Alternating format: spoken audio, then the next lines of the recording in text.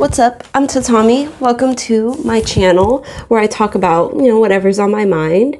And today, what's on my mind is the little red one divination deck. Oh, can't even see any of the pictures. Oh no, I didn't plan this very well. Oh, it's backwards, that's why.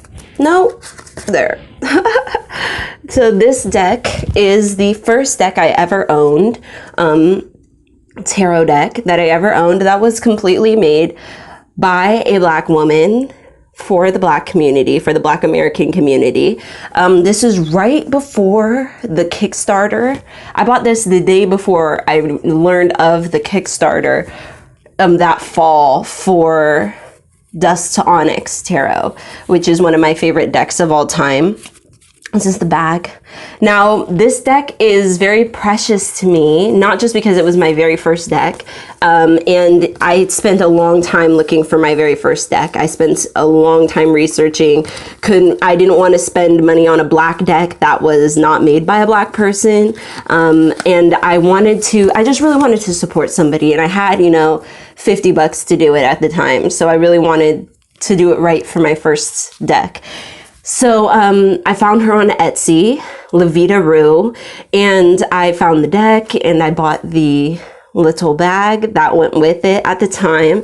She sent this wonderful sheet that, if you can see, has not been taken very well care of. My kids spilt water or something on it years ago. So I've been looking all over for somebody who owns this deck and can send me a clip of theirs if theirs is still readable. But it's not available anymore. I hope someday her family will publish this deck again, but I didn't realize until, a year or two after it happened that LaVita passed away at a pretty young age. I think she was in her 40s or 50s. I'm not sure what happened, but I know we lost a real treasure, somebody who everybody would have really treasured not 2-3 years later. I think her deck would have been one of the better selling decks out there. And she made a bunch of other things too for people who practice African traditional religion. But I wanted this deck to be one of my first ones that I reviewed because I think it hits so many of the targets that Black people would be looking for with a tarot deck. Tarot is not really traditionally Black. We have had, forms of reading that was, a bunch of loose leaf type of things, loose like actual leaves or pieces of paper, that type of thing, but nothing that was specifically tarot.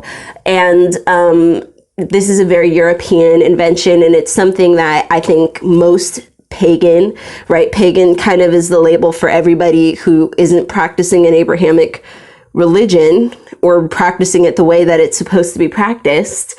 And so, I think that that's something that we've all kind of taken on, regardless of our race.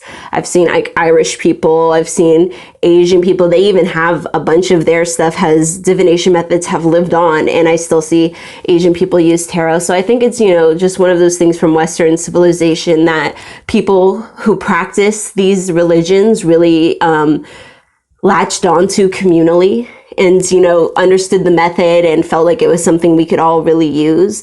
Also, it was something that could be sold in their gaming stores and etc. So I think it was just something that was easy to live on.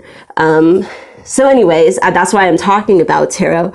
But I think this deck is really wonderful because, let's use some of the cards. She really used Black American symbolism, Black Americans, people who had various skin tones, people who, images and symbols that we would recognize, I believe. I think that even without the instructions, anybody could have picked up this deck and understood what each of these pictures was for, what they meant. So beautiful. So it makes me sad that you can't really buy this deck anymore. It breaks my heart that you can't really buy this deck anymore. I hope in the future that maybe some Black investors or company will be able to reach out to her family and republish this and get this so that it can reach a wider audience once again. But anyways, this symbolism, this universality, I guess is the word I'm looking for. The ability to be so universal in the African American part of the diaspora is why I cherish this deck so much. And we got the snakes on the back. I think it's the Ouroboros, right? Where it's like a figure eight. It connects, the snake connects with its tail, I think is actually what that is. And it's an African symbol. So I think, you know, she really nailed it. She nailed using symbols that are usually seen as evil, such as the spider or the snake. And in our community is seen in a totally different light. And she puts it in this deck so wonderfully. So at any rate, if you ever manage to get your hands on this deck, or if you ever know somebody who could pay to get this deck, look at this, remade, you should reach out to these people. And if not, if you're somebody who wants to make a deck, I think you should use like something like this for inspiration, because she really, I think she had simple drawings, but she really nailed it. And I'll be going through my other decks because I have so many of them. I have so many of them, and I only really buy black decks except for Tarot of the Cat People. But they kind of have afros, which may be why I was really drawn to that alien deck. It was supposed to represent an alien race, I believe. But yes, isn't this deck... Let's see if we can go through a few more. It's just amazing. Oh, I put down a good one. Oh. Wait. I had it right the first time.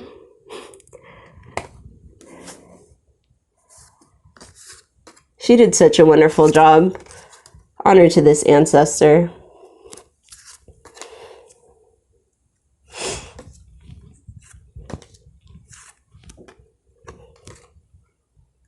Look at this picture. She nailed it.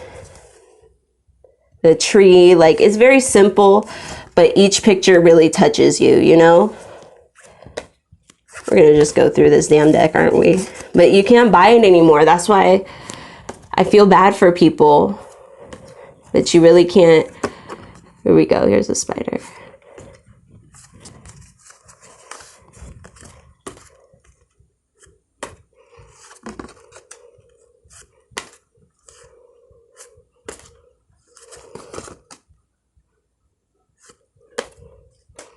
Don't you just understand every card? And she put effort into it. You can see like texture from the different... I'm running out of power. It's like cutting off. Well, hopefully we'll get through it. We're only a few cards deep. All right.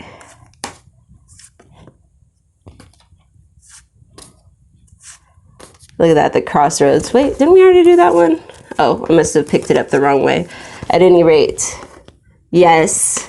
Yes, so I love everything about that deck. I love everything that she did in it. If you could ever get your hands on it, I highly recommend it. But instead, just use it as inspiration when you're looking for your decks in the future. You know, look for that artistry, look for that love, look for that symbolism.